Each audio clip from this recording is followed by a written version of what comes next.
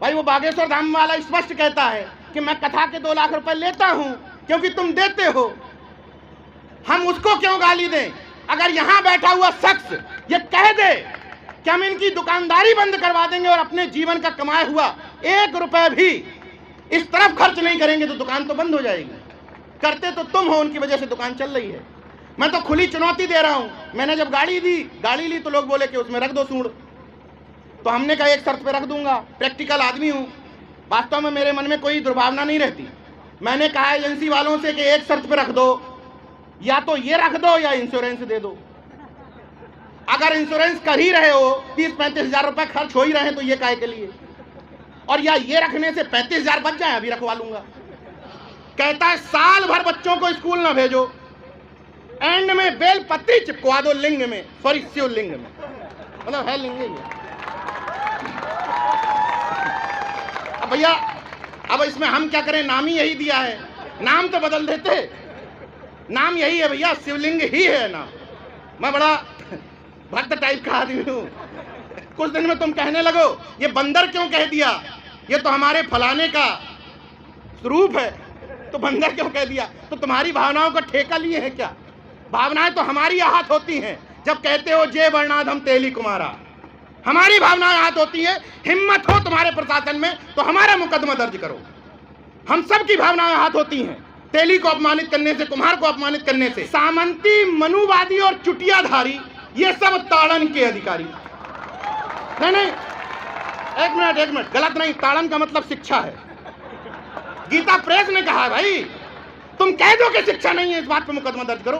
कह दो कि हम गलत कह रहे हैं। ताड़न का मतलब अगर दंड हो तो उसी बात पे करो मुकदमा, और शिक्षा हो तो ना करो।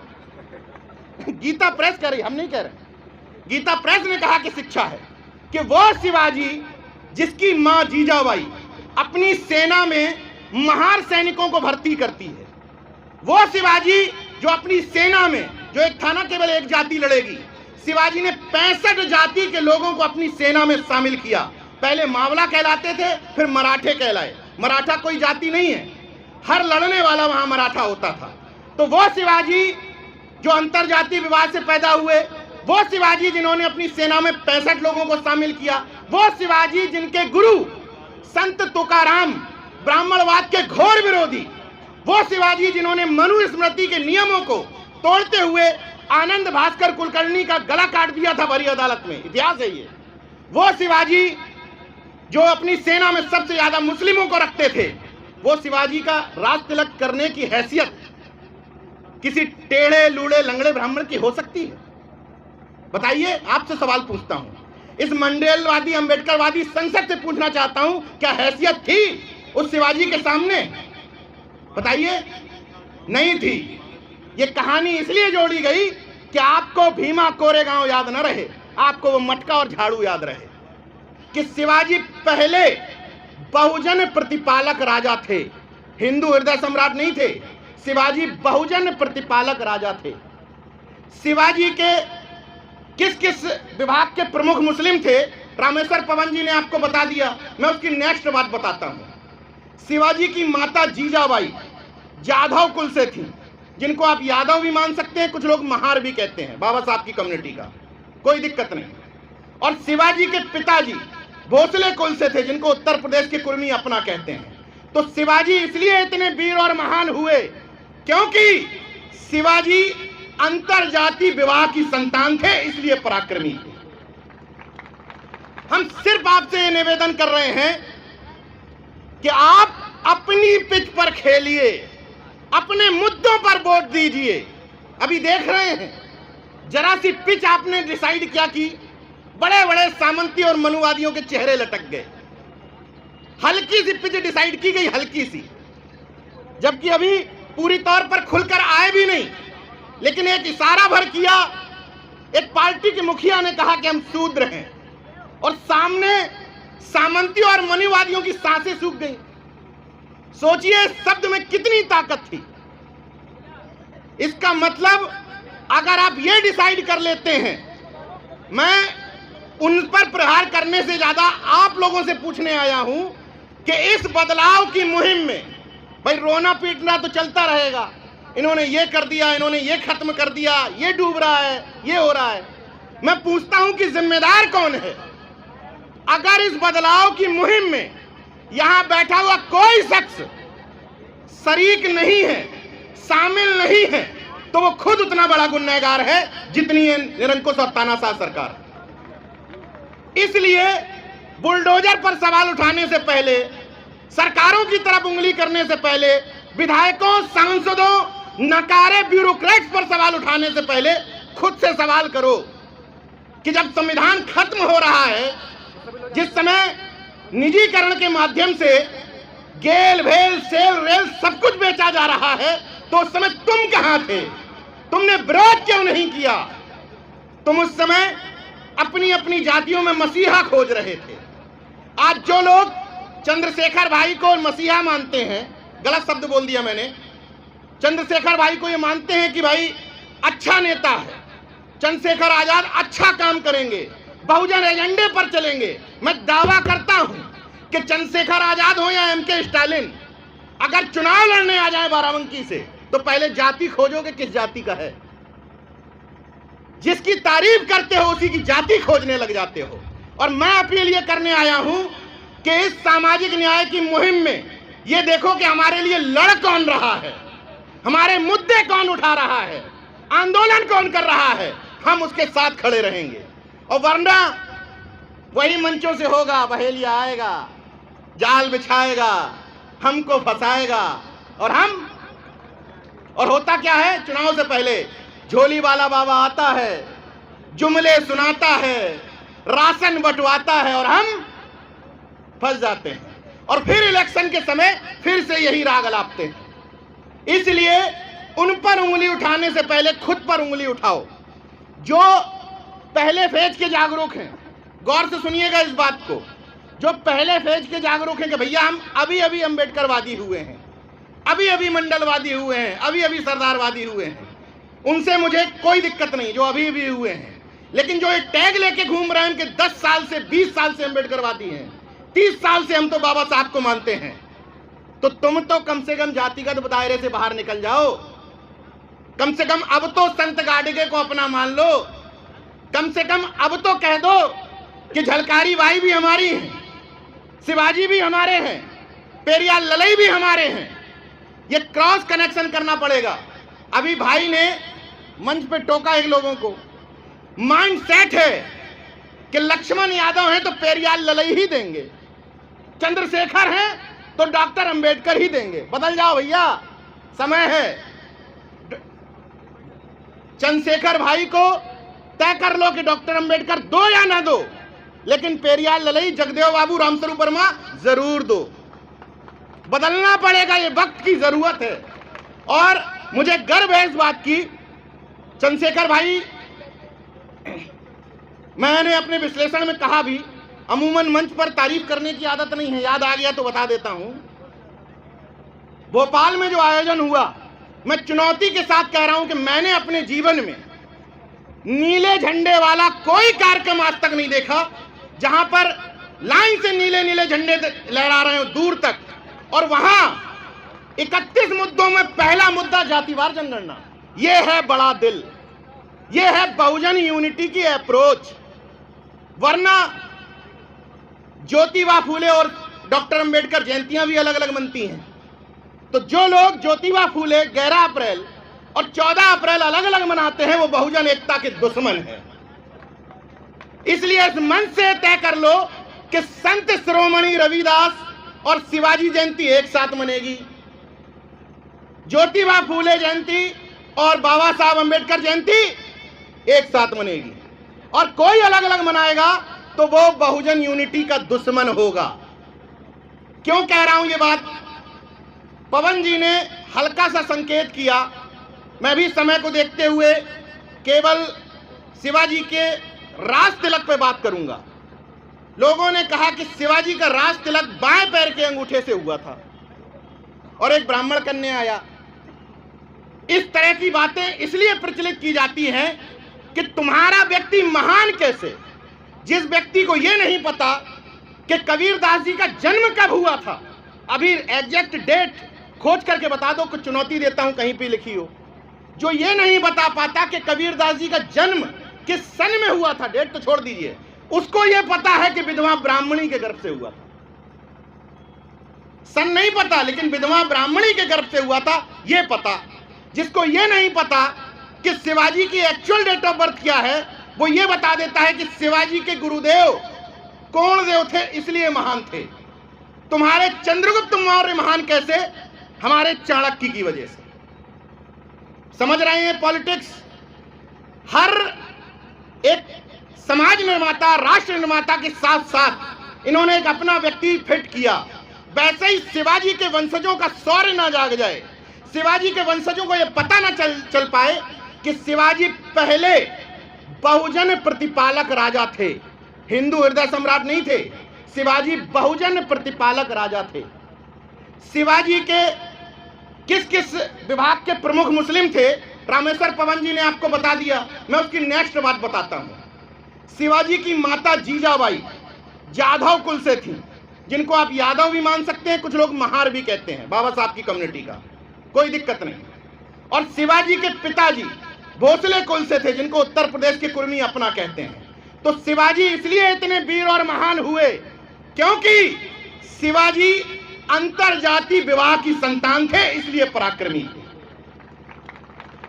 और उस दौर में अंतरजाति विवाह हुआ था, उस दौर में सोचिए, तो अंतरजाति विवाह बहुजन एकता के लिए पहली सीढ़ी है।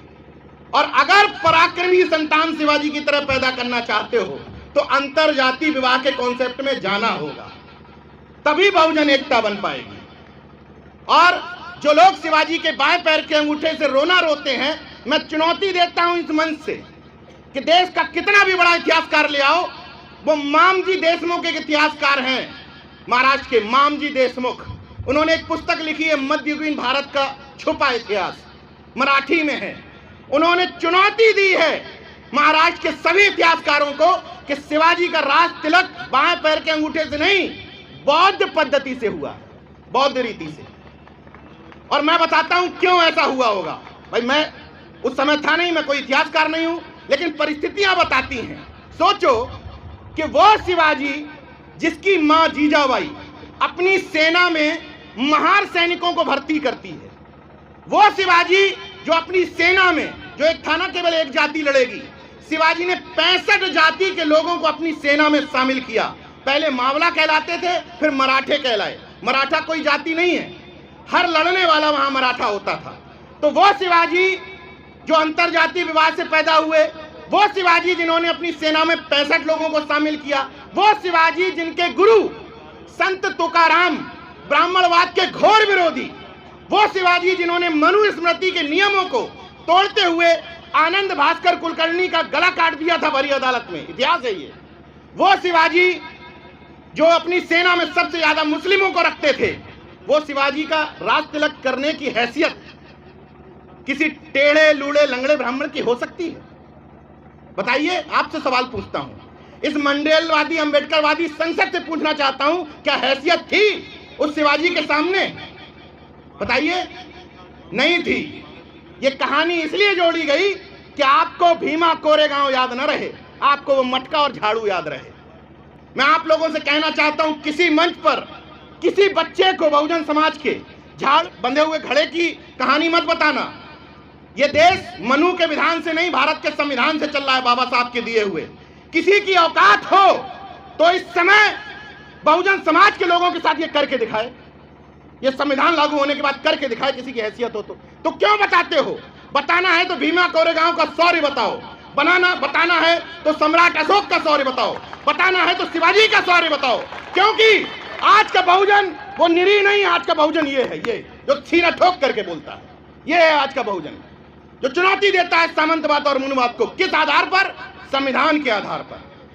क्योंकि संविधान के आधार पर ही यहाँ के प्रशासन ने अब व्यक्ति की आजादी के तहत हमको ये बोलने की परमिशन लिखित रूप में दी है, संविधान के तहत। मनुस्मृति का विधान होता तो कहते भैया कहाँ ये शूद्र लोग बोलने आ रहे हैं। तो उसी संविधान के आर्टिकल 19 के तहत आप लोगों से ये अनुरोध कर रहा हूं कि हम जो पहले फेज वाले हैं, वो जातिवाद करें, कोई दिक्कत नहीं है। लेकिन अगर फेज बदल गया है, 4 साल से जागरूक हो गए हो, 5 साल से जागरूक हो गए हो, तो अगर कुर्मी समाज के हो तो केवल सरदार पटेल रखोगे तो काम नहीं चलेगा। बदलो, 4-5 साल में तो बदलो भैया। 4-5 साल रह लो जातिवादी, कहोगे अभी अभी जागरूक हुए हैं। तो पहली फेज का जागरूक होता है कोई व्यक्ति किसी भी जाति का, तो अपनी जाति का महापुरुष पकड़ लाता है, घर पे टांग देता है। तो 4-5 साल में तो बदल जाओ, कंफ्यूजन पैदा कर दो। अगर तुम्हारी गाड़ी में 5 लोग बैठे हैं और उतर रहे हैं नीचे, तो 5 में से कम 3 जातियां होनी चाहिए, और ज्यादा हो जाए तो बहुत अच्छी बात है। तुम्हारे घर पे महापुरुषों की जो तस्वीर लगी है उनमें बदल दो, कंफ्यूजन पैदा कर दो कि किसका घर है ये। अगर कोई तुमको मंच पे कोई तस्वीर दे रहा है तो क्रॉस कर दो। पटेल को सरदार पटेल, शिवाजी 2 ही नहीं, एकदम क्रॉस कर दो ताकि ले जाए अपने घर में तो रखे। अगर शादियों में जाते हो तो ये भी बंद कर दो भैया। अच्छा बताओ, गलत अगर बोल रहा हूं, अगर किसी को मंच पर संत गाड़गे दिए जाएंगे तो क्या सोचोगे किस जाति का है? ऐसा ही बना हुआ है। यही जो बना हुआ है माइंडसेट, इसी को बदलना है। अगर किसी कोरी समाज के व्यक्ति के घर पे जाओ तो उसको संत गाड़ के बैठ करो, एकदम चेंज कर दो। हम जो नहीं कर सकते उसका रोना मत रो, वो तो जो खत्म हो रहा है वो तो हो ही रहा है। हम जो छोटी छोटी चीजें कर सकते हैं वो तो करें। गलत तो नहीं बोल रहा हूं। और एक बात और मन से निकाल दो, जो जातिवाद की बात होती है, बड़े डरे सहमे हम लोग रहते हैं। चुनौती के साथ बोलो कि जो आयोजन हम करवा रहे हैं ये राष्ट्र निर्माण के लिए करवा रहे हैं। असली राष्ट्रवादी यहां बैठे हुए हम सब लोग। क्यों? क्योंकि हम किस बात के लिए लड़ रहे हैं कि भाई देश के संसाधनों को मत बेचो, देश की संवैधानिक संस्थाओं का निजीकरण न करो, इलेक्शन कमीशन को, सीबीआई को, ईडी को बर्बाद ना करो, गेल वेल सेल रेल मत बेचो, सरकारी नौकरियां जनरेट करो, मानव की बराबरी करो। क्योंकि रामस्वरूप वर्मा और अजय सिंह कहा करता था, मानववाद की क्या पहचान, ब्राह्मण भंगी एक समान। तो हम लोग क्या कर रहे हैं? जातिवाद कर रहे हैं। हम लोग मानववाद कर रहे हैं, हम लोग विज्ञानवाद कर रहे हैं, हम लोग तर्कवादी लोग हैं। एक भी शब्द संविधान के खिलाफ हो तो बताए कोई। हम असली वो राष्ट्र का निर्माण कर रहे हैं जिसके लिए संविधान में प्रावधान किए गए थे। संविधान का आर्टिकल 51 ही हमसे कहता है कि आपको देश के नागरिकों को मानववादी, तार्किक और वैज्ञानिक बनाना है। तो हम भैया ये ढोंगी कथावाचकों का विरोध करते हैं। क्या किसी घर का बच्चा बिना पढ़े लिखे बेलपत्री चिपका करके पास हो सकता है? क्या संभव है क्या? लेकिन वो कहता है, वो सीहोर वाला, क्या नाम है उसका, मिश्रा का नहीं, मिश्रा एक कहता है, वो मध्य प्रदेश का प्रदीप मिश्रा, सीहोर वाला कहता है साल भर बच्चों को स्कूल ना भेजो, एंड में बेलपत्री चिपकवा दो लिंग में, सॉरी शिवलिंग में, मतलब है लिंग ही है। अब भैया अब इसमें हम क्या करें? नाम ही यही दिया है, नाम तो बदल देते। नाम यही है भैया, शिवलिंग ही है नाम। मैं बड़ा भक्त टाइप का आदमी हूं। अब कहते हैं लोग कि आप ईश्वर को नहीं मानते, तो ये डिसाइड होना चाहिए कि तुम्हारी भावनाएं किस किस बात से आहत होती हैं और किस किस से नहीं होती। जब सड़कों पर तुम्हारे भगवान के वेशभूषा में लोग भीख मांगते हैं, उससे तुम्हारी भावनाएं आहत नहीं होती। जब मैं नास्तिक व्यक्ति हूं, मैं किसी भी बिचौलिए में या मिट्टी के माधव में भरोसा नहीं रखता, लेकिन मुझ जैसा नास्तिक व्यक्ति जो ये मानता है कि ये चूहा जो है ये जानवर है, गणेश का वाहन नहीं है। मैं कहता हूं ये चूहा है, ये गणेश का वाहन नहीं है। मैं पिंजड़ा रख के चूहे को पकड़ के बाहर फेंक देता हूं, मुझ जैसा नास्तिक। और जो व्यक्ति कहता है कि ये गणेश का वाहन है, चुनौती दे रहा हूं, उसमें से 99% लोग चूहा मार दबा रखते हैं। बता दो रखते हैं कि नहीं रखते हैं? तुम हमसे बड़े धार्मिक कैसे हो गए भाई? जो कहता है तिलक लगा करके, लंबा चौड़ा भाषण दे करके कि हम धार्मिक हैं, चुनौती देता हूं इस मंच से, यहां की नजदीकी किसी कोतवाली थाने में चले जाओ, कोई भी रेपिस्ट और कोई भी मर्डरर अगर नास्तिक मिल जाए, उसी दिन से मन छोड़ दूंगा। किसी भी धर्म को मानने वाला होगा, लेकिन होगा धार्मिक। चुनौती दे रहा हूं, क्योंकि नास्तिक होना बहुत ऊपर लेवल की चीज है, टुटपिंजियों के बस की बात नहीं है। ये जरा जरा सी ताकतों में भरोसा करना, डर जाना, छुप जाना, तो बहुत आसान काम है। हिम्मत है तो ये कह के बताओ कि हम अपने पूर्वजों के, प्रकृति के और माता पिता के आशीर्वाद से चल रहे हैं। ये संभव नहीं है तुम्हारे लिए। अब तुम्हारी भावनाओं का क्या करें? तुम्हारी भावनाओं का कुछ दिन में ये कहने लगे, मैंने मन से भाषण दे दिया कि जितनी चूहा मार दवा बनाने वाली कंपनियां इनको बैन करो, भावनाएं हाथ हो गई हैं। कुछ दिन में तुम कहने लगो ये बंदर क्यों कह दिया, ये तो हमारे फलाने का स्वरूप है, तो बंदर क्यों कह दिया। तो तुम्हारी भावनाओं का ठेका लिए है क्या? भावनाएं तो हमारी आहत होती हैं जब कहते हो जय वर्णाधम तेली कुमारा। हमारी भावनाएं आहत होती है। हिम्मत हो तुम्हारे प्रशासन में तो हमारा मुकदमा दर्ज करो। हम सब की भावनाएं आहत होती हैं, तेली को अपमानित करने से, कुम्हार को अपमानित करने से। और अभी जो चल रहा है प्रदेश में, पत्रकार की हैसियत से ही कह रहा हूं, जो चल रहा है प्रदेश में, उसमें किसी ने अपने तरफ से वक्तव्य दिया हो तो बताओ। रामेश्वर पवन जी जो कह रहे हैं वो सिर्फ ये बता रहे हैं कि गीता प्रेस में ये लिखा है, भावनाएं आहत हो रही हैं तो हटवा दो यार। और वरना तुमने जो अर्थ बताया तो हम तो कहेंगे कि सामंती, मनुवादी और चुटियाधारी ये सब ताड़न के अधिकारी। नहीं, एक मिनट, गलत नहीं, ताड़न का मतलब शिक्षा है। गीता प्रेस ने कहा है भाई, तुम कह दो कि शिक्षा नहीं है, इस बात पे मुकदमा दर्ज करो, कह दो कि हम गलत कह रहे हैं। ताड़न का मतलब अगर दंड हो तो उसी बात पे करो मुकदमा, और शिक्षा हो तो ना करो। गीता प्रेस कह रही, हम नहीं कह रहे। गीता प्रेस ने कहा कि शिक्षा है, तो भाई ताड़ना देने की जरूरत है। उच्च लोग हैं तो भाई मैं चाहता हूं कि उनको ताड़ित किया जाए, शिक्षा दी जाए, जरूरी है। सबको शिक्षा देनी चाहिए। हम सबके साथ में, हम किसी के खिलाफ नहीं हैं। तो यहाँ जितने लोग इस मंच पे बैठे हैं वो किसी के खिलाफ नहीं आए हैं, अपने समर्थन में आए हैं, अपना हक मानने आए हैं। और जब EWS की बात हुई थी तो हमने क्या गलत कहा? हमने कहा भाई जिसको चिंता है कि हमारे गरीब सवर्णों को नुकसान हो रहा है तो देश के संसाधनों पर, देश के मंदिरों मठों पर कौन कब्जा जमाए है? पिछड़े दलित। कौन जमाए? सबको पता है। तो भैया उनकी संपत्ति का राष्ट्रीयकरण कर दो और वहां का अरबों निकाल करके सवर्णों में बांट दो, हमें कोई आपत्ति नहीं। किसी को है आपत्ति? अगर गरीबी दूर करने का आइटम तुम लाए हो तो गरीबी दूर करने का पैसा तो भरा पड़ा है, तो राष्ट्रीयकरण कर दो और उधर का पैसा निकाल करके बांट दो, गरीबी दूर हो जाएगी। यहां अगर OBC SC गरीब है तो वो जातिगत प्रताड़ना की वजह से गरीब है, और अगर कोई सवर्ण गरीब है तो जातिगत प्रताड़ना नहीं झेलनी पड़ी उसको, वो सरकारी सिस्टम की वजह से गरीब है, क्योंकि सिस्टम ने उसको नौकरी नहीं दी है। और जिनको चिंता है कि OBC में इनका हक ये खाए जा रहे हैं, NC SC में इनका हक ये खाए जा रहे हैं, तो मुझे भी बहुत चिंता है कि मेरे कायस्थ भाइयों का और बनिया भाइयों का हक खाया जा रहा है। इसलिए मैं जातिवार जनगणना की मांग करता हूं पत्रकार की हैसियत से कि जातिवार जनगणना करवा लो। दूध का दूध, पानी का पानी हो जाएगा कि देश के संसाधनों पर, बाराबंकी के संसाधनों पर, ठेकेदारी पर, किसके पास JCB है, किसके पास बुलडोजर हैं, किसके पास संपत्ति ज्यादा है, और उसके बाद ये डिसाइड कर लेंगे कि किसका हिस्सा किसने खाया है। तुम हमारे घर में चिंता ना करो। पहले तमाम बहुजन समाज के लोगों से अपील करना चाहता हूं कि जिनको ये समझा दिया जाता है तुम्हारा हिस्सा ये ले गए, तुम्हारा हिस्सा ये ले गए, पहले अपना प्लाट तो खाली करवाओ। प्लाट दूसरे के हिस्से में है, कब्जे में है, और तुम पहले ही उतने हिस्से में, ये ज्यादा ये कम। पहले प्लाट खाली करवाओ और फिर संख्या के हिसाब से हम लोग अपना हिस्सा बांट लेंगे। और जो भी आपको समझाने आए कि तुम्हारा हिस्सा ये खा गए, तो उनको कह दो कि भैया पहले अपने में हिस्सा ठीक कर लो।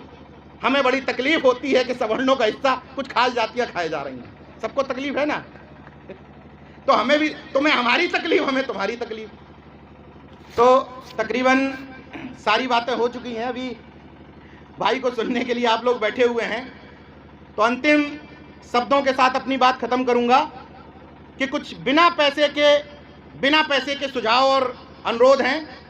पहली चीज तो यह कि घर पे जो लोग यहाँ बैठे हुए हैं वो आज के बाद ये मानना बंद कर देंगे कि मैं जिस जाति में पैदा हुआ, देखिए जाति सच्चाई है, मैं ये कह दूं कि इस मंच से जाति खत्म कर दो तो मेरी तो औकात नहीं है, लेकिन हम ये ट्राई कर सकते हैं कि जातिवाद खत्म कर दो। तो जितने लोग कम से कम यहां आए हैं, किसी भी वजह से आ गए, उनसे मेरा अनुरोध है कि आज के बाद ये मानना बंद कर दो कि हमसे नीचे भी कोई जाति है, क्योंकि ये वर्ण व्यवस्था का जो क्रम अगर तोड़ना चाहते हो तो अगर ऊपर से सीढ़ी तोड़ोगे तो सीढ़ी फिर टिक जाएगी खंबे पर, और सीढ़ी नीचे से खिसकाओगे तो भरभरा के गिर जाएगी। तो अगर ये वर्ण व्यवस्था और जातिवाद तोड़ना चाहते हो तो उनको उनके हाल में मस्त रहने दो, उनकी दुकानदारी वहां से चल रही है। भाई वो बागेश्वर धाम वाला स्पष्ट कहता है कि मैं कथा के 2 लाख रुपए लेता हूं क्योंकि तुम देते हो, हम उसको क्यों गाली दें? अगर यहां बैठा हुआ शख्स ये कह दे कि हम इनकी दुकानदारी बंद करवा देंगे और अपने जीवन का कमाया हुआ 1 रुपए भी इस तरफ खर्च नहीं करेंगे तो दुकान तो बंद हो जाएगी। करते तो तुम हो, उनकी वजह से दुकान चल रही है।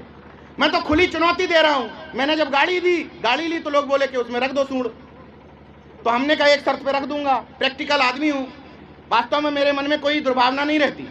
मैंने कहा एजेंसी वालों से कि एक शर्त पे रख दो, या तो ये रख दो या इंश्योरेंस दे दो।